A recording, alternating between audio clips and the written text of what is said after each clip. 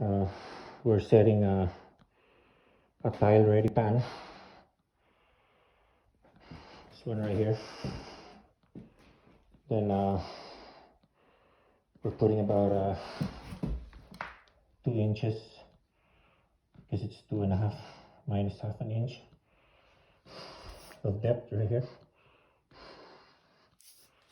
And we're mixing it using this one right here.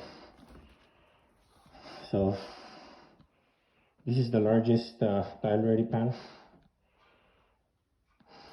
and then we're using a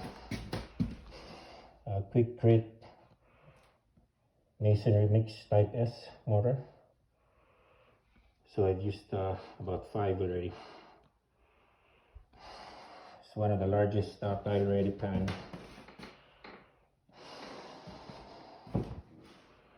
42